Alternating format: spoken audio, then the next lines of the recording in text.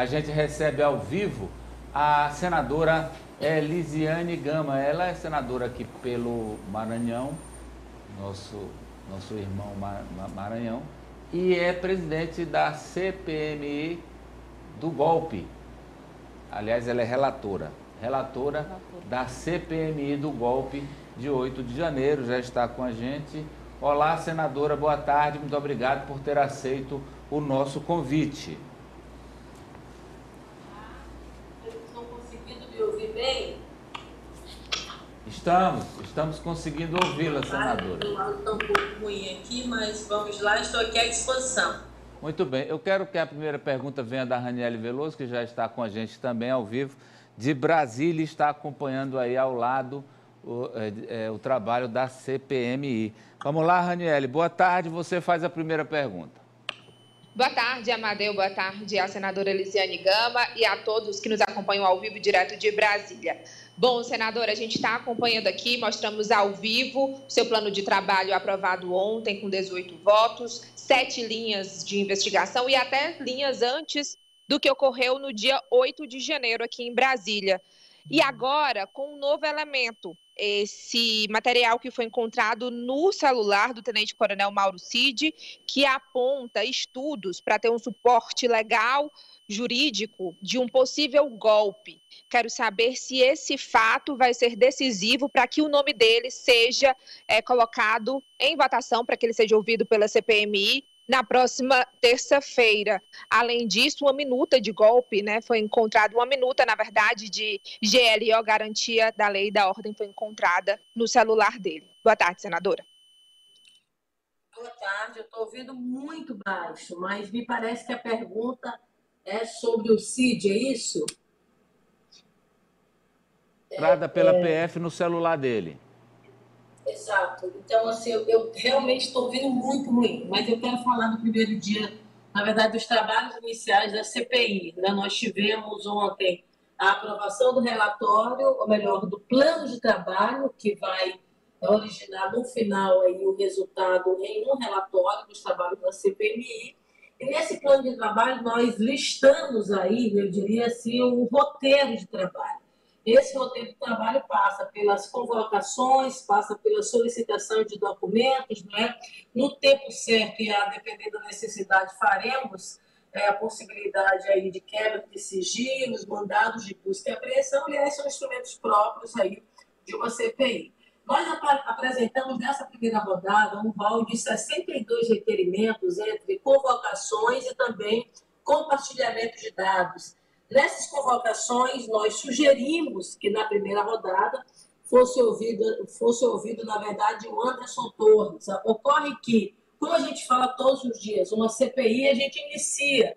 Então, logo iniciada, você tem uma série de desdobramentos e informações que podem, na verdade, até criar um curso diferente daquilo que foi planejado originalmente no plano de trabalho. E a gente acaba, na verdade, de receber mais essa informação que é referente a dados, não é, que estão ali contidos no telefone que foi apreendido pela Polícia Federal. De posse, na verdade, dessa informação que já é pública, já está compartilhada nos veículos de comunicação de todo o Brasil, fica clara a necessidade de a gente, na verdade, incluí-lo como um dos primeiros investigados, ou melhor, ouvidos aí na oitiva da CPMI. É claro que o Anderson Torres também continua sendo a nossa prioridade, mas possivelmente iremos aí sugerir a alteração para que ele possa ser ouvido já que o ponto específico da CPMI do 8 de janeiro está voltada para a possibilidade de um golpe, ou seja, se havia esta possibilidade, todos os dados que nos levam, na verdade, a essas informações nós perseguiremos, nós buscaremos, e é exatamente nesse sentido que nós poderemos estar ouvindo logo nessa primeira rodada. E, na sequência, seguiremos aí com os demais que estaremos aprovando na terça-feira. Nós teremos na terça-feira e na quinta-feira vários outros requerimentos que serão aprovados. Nessa primeira rodada, entre a proposta que eu apresentei e a proposta que foi apresentada também pelo presidente da CPI, nós teremos aí mais de 200 requerimentos que serão aprovados na terça-feira. Então, já estão pautados e aí estão logo aprovados. Nós iniciaremos essa rodada, na verdade, de trabalhos, não é? É claro que uma CPI, ela consta, para além das oitivas, desses dados que chegarão até nós. A gente está tendo muita cautela na busca dessas informações, até que a gente não tem nenhuma frustração. A gente já pediu, por exemplo, cópias de inquéritos da Polícia Civil do Distrito Federal, já pedimos aí também o compartilhamento de dados em relação à CPI de Brasília, que já está também com o caminho já bem prolongado. Então, essas informações serão, de fato, muito importantes para o desenrolar dos nossos trabalhos. Pois não, Cíntia? Senadora, eu vi o seu plano de trabalho bem delineado, aliás, parabéns por isso. Está bem explicado, até para nós que acompanhamos um pouco distante. Queria entender o seguinte: ontem a gente ouviu mais um bate-boca nessa Comissão Parlamentar de Inquérito envolvendo o Rogério Correia, que por conta daquela questão da permanência na CPI do deputado cearense André Fernandes, do Partido Liberal. A senhora menciona lá no plano de trabalho, faz um requerimento para o compartilhamento de informações, inclusive relatórios da ABIN e também as investigações que estão em curso, que a senhora acabou de reiterar aqui para a gente. Queria saber qual é a sua posição com o fato de ter alguém que também é investigado por incitação àqueles atos golpistas de 8 de janeiro, fazendo parte e tendo acesso a esses dados, que são dados sigilosos para os demais investigados, por exemplo. De fato, a sua colocação e abordagem tem sido uma das nossas grandes preocupações, não é? Se você faz uma avaliação técnica do que é uma CPI e do que é, por exemplo, uma delegacia, você vai ver que eles têm poderes semelhantes, não é? A gente poderia dizer que há uma ação paralela entre as duas, não é? Uma CPI, por exemplo, ela tem poderes próprios das autoridades judiciárias, então é o mesmo poder que consta, por exemplo, dentro de uma delegacia. O Código de Processo Penal e todo o ordenamento jurídico que trata sobre a funcionalidade, por exemplo, de uma delegacia, deixa claro, não é? Por exemplo, há itens que são elementos para se ter, por exemplo, um impedimento ou uma suspeição. E uns elementos aí, naturalmente, que se o delegado ele é investigado, não é? Ele tem uma suspeição em torno dele, automaticamente ele fica impedido, na verdade, de fazer aquela investigação. Então, é uma coisa muito que não tem muito sentido. Se você é investigado, como é que você está investigando? E uma CPI, ela tem um volume de documentação sigilosa que a gente solicita. Se algum parlamentar está em processo na justiça, está sendo investigado, e aí, por exemplo, no caso dele especificamente, há inclusive já denúncia proferida, não há dúvida nenhuma que, no meu entendimento, haveria um impedimento. Agora, não é uma decisão, por exemplo, da relatora do presidente da CPI, é uma decisão do presidente do Congresso Nacional. A questão de ordem do deputado Rogério foi feita, essa questão de ordem já foi remetida à presidência do Congresso Nacional e agora é aguardar de fato a resposta, né? Mas eu entendo que, independentemente do que houver ou não a resposta, infelizmente esse é um problema que nós teremos que enfrentar nas próximas semanas ou até mesmo durante o transcurso dos trabalhos, porque são 180 dias e se houver o indeferimento dessa questão de ordem, naturalmente nós teremos que caminhar, não é? Com a presença deste parlamentar, até porque ele é parlamentar, né? Então, por ser parlamentar, ele foi indicado pelo seu partido inteiro, de fato, à comissão. Então, se não houver um impedimento proferido pela mesa do Senado Federal, do Congresso Nacional, que é conduzida pelo Senado Federal, naturalmente, aí ele terá que continuar integrando a CPMI. Não, João. Senadora, a gente acompanhou aí alguns trechos do seu plano de trabalho e também das convocações, principalmente, que é a parte mais polêmica, né? E a gente vê que a senhora teve o cuidado ali de não chamar determinadas figuras palacianas para não, vou dizer assim, fazer com que a CPI entre num colapso ali, que ali fica sempre quase colapsando, né? Fica muito... Os atritos são muito fortes. Eu queria saber, a senhora acha que é evitável ou inevitável a convocação do ex-presidente da República, que é acusado de participar do golpe? Eu queria pedir assim, desculpas, porque realmente eu estou com muita dificuldade do áudio, né? Eu acredito que você está falando sobre a possibilidade da convocação ou não do ex-presidente Bolsonaro. Sim. Então, veja, uma CPI, mais uma vez eu digo, a gente inicia os trabalhos e conforme o volume de informações que vai chegando, você toma uma decisão ou não de outras convocações. Nessa primeira rodada, eu não apresentei nenhum requerimento de convocação, até porque eu preciso de elementos, na verdade, que me remetam a isso. Então, eu estou buscando e nós estamos trabalhando nessa linha. Se houver necessidade, nós o chamaremos sim. Eu não vou prevaricar como relatora, a CPMI não deixará, na verdade, cumprir o seu papel. Nós temos uma meta a seguir, e a meta a seguir é o aprofundamento da investigação. Então, se os dados que chegarem até nós, na verdade, nos levarem a perceber que há indícios, né, de que tem havido envolvimento da parte dele nesses atos do dia 8 de janeiro, naturalmente que nós procederemos à apresentação do requerimento e, portanto, à sua convocação. Nós, na verdade, fizemos aí um recorte a partir do processo eleitoral, porque o 8 de janeiro ela é um questionamento do resultado das urnas. Então, se ela é um questionamento do resultado das urnas, houve, de uma forma clara, não é, um planejamento prévio. Esse planejamento, naturalmente, ocorreu logo após a apresentação do objeto que levou à manifestação, portanto, o resultado da eleição. Então, nesse sentido, nós estaremos aí fazendo a avaliação do que foi o dia 12, do que foi o dia 24, o dia 12 houve uma tentativa de invasão na sede da Polícia Federal, no dia 24 houve ali claramente, não é, a apresentação de uma possibilidade de uma tragédia grave, nunca antes ocorrida no Brasil, que foi a possibilidade da explosão de um carro, a gente pode dizer de um carro-bomba, porque havia um artefato dentro de um veículo, de um carro de combustível. Então, se houvesse a explosão naquele momento, a gente nem sabe qual a proporção teria, porque estava no entorno do aeroporto de Brasília. Então, veja que são atos horríveis, nesse especificamente de forma muito clara, um ato terrorista. Então, nós vamos analisar todos esses pontos, saber a relação que havia, por exemplo, dos agentes, inclusive públicos, não é, que estavam na atuação neste momento, qual é o nível de responsabilidade, e buscaremos, né? Eu estou debruçado, na verdade, nessa temática.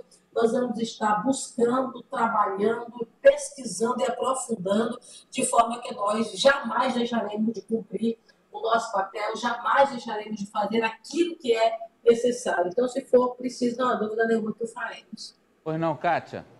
Senadora, eu queria lhe perguntar como é que a senhora vê, né, qual a sua análise e como, se a senhora acredita ser necessário e como pretende se defender das críticas, principalmente da oposição aí e muitas delas vindas do senador Eduardo Girão, da sua relação e proximidade com o ministro Flávio Dino.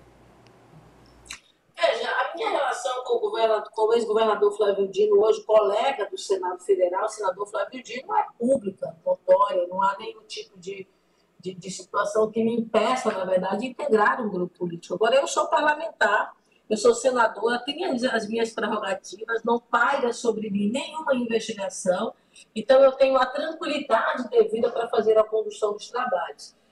Uma relação política, ou integrar, na verdade, o espaço político não é impedimento. Nós temos no próprio colegiado uma base de apoio ao presidente Lula e uma base de apoio ao ex-presidente Bolsonaro. Se a gente for partir desse elemento de que, por exemplo, eu teria alguma suspeição ou impedimento, então nenhum parlamentar vai integrar, porque nenhum ali é independente do ponto de vista de não integrar nenhum grupo político. Todos têm uma relação política com algum grupo político e, nesse sentido aí, portanto, é inócua, no meu entendimento, essas reclamações, não é aquilo que eu sempre digo, eles estão esperneando, vão espernear, têm o direito de espernear, e enquanto isso acontece, eu estou trabalhando e fazendo a missão que me foi dada, que é a investigação.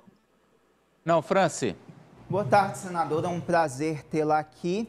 E, comumente, o Congresso Nacional tem abrigado discursos de parlamentares que usam fake news, usam falácias, mentiras, e desde os atos do dia 8 de janeiro, um grupo mais extremista tem adotado uma série de narrativas para modificar o que aconteceu naquele dia. Eu quero saber como vai ser a postura da CPMI para que falácias, para que mentiras, para que narrativas que não condizem com a realidade não sejam replicadas em depoimentos na CPMI e o que pode acontecer caso alguém minta em depoimento na comissão. Primeiramente, é o seguinte, numa CPI você não pode mentir se você está como testemunha, né? Você pode ser ouvido na condição de investigado ou na condição de testemunha. Na condição de testemunha, claro isso, se você mente, isso é passível de prisão. Então, se houver, na verdade, a constatação de mentira, a gente pedirá de forma imediata a prisão, porque é um elemento próprio de uma CPI. Então, isso aí, na verdade, é um trabalho que nós faremos. Sobre a questão das fake news, eu, inclusive, apontei isso no relatório, que nós vamos estar acompanhando sobre o papel das redes sociais. Por exemplo, veja, no dia do 8 de janeiro, né, no dia 6, precisamente, ou 5, acampamento, havia já uma quantidade pequena de pessoas, porque elas estavam se dispersando fisicamente ali daquele acampamento, mas num prazo ali de 48 horas, você viu um volume muito grande de pessoas que chegaram até ali. Então, naturalmente, a comunicação foi feita através de rede social. Então, nós precisamos entender o papel dessas redes sociais em relação a essa comunicação. As fake news, as mentiras que são apresentadas, infelizmente, esse é um problema que nós temos hoje no Brasil, né? Na verdade, não é só no Brasil, no mundo inteiro. É um desafio hoje muito grande de maior investimento em tecnologia para que a gente possa punir os que cometem esse tipo de crime, porque fake news pode trazer a morte de alguém, isso é um fato, né? Agora, infelizmente, esse é um problema que está aí, nós teremos que ter muita inteligência, eu diria assim, muita serenidade, mas também muita firmeza para ter que agir no momento certo, diante de fake news que, porventura, venham a aparecer durante os trabalhos da comissão.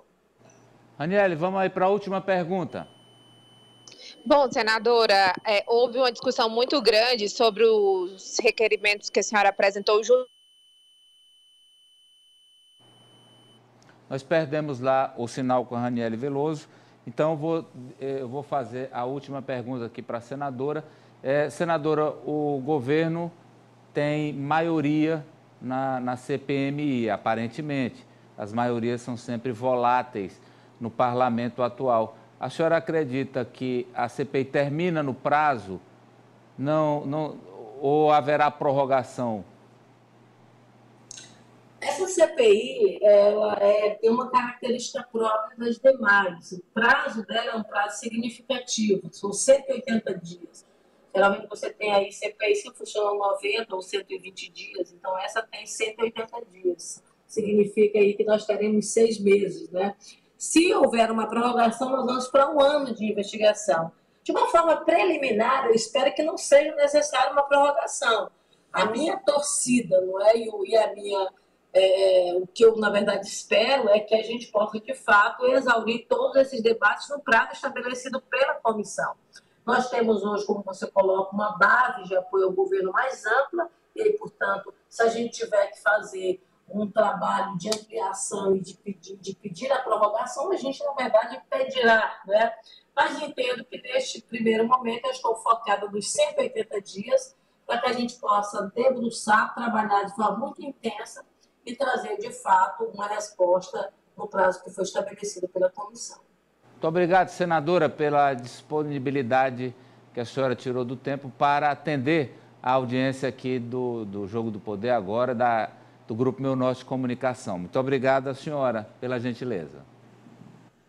Muito obrigada e desculpa aí, eu realmente fiquei com um áudio muito baixo, desculpe se eu não consegui responder de uma forma direta todas as perguntas, mas estou sempre à disposição de todos vocês. Foi ótimo, ficamos contemplados com a fala da senhora, senadora. Muito obrigado, mais uma vez.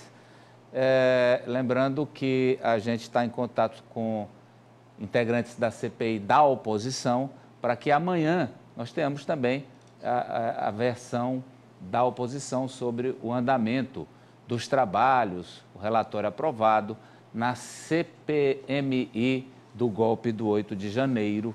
Deixa eu falar para vocês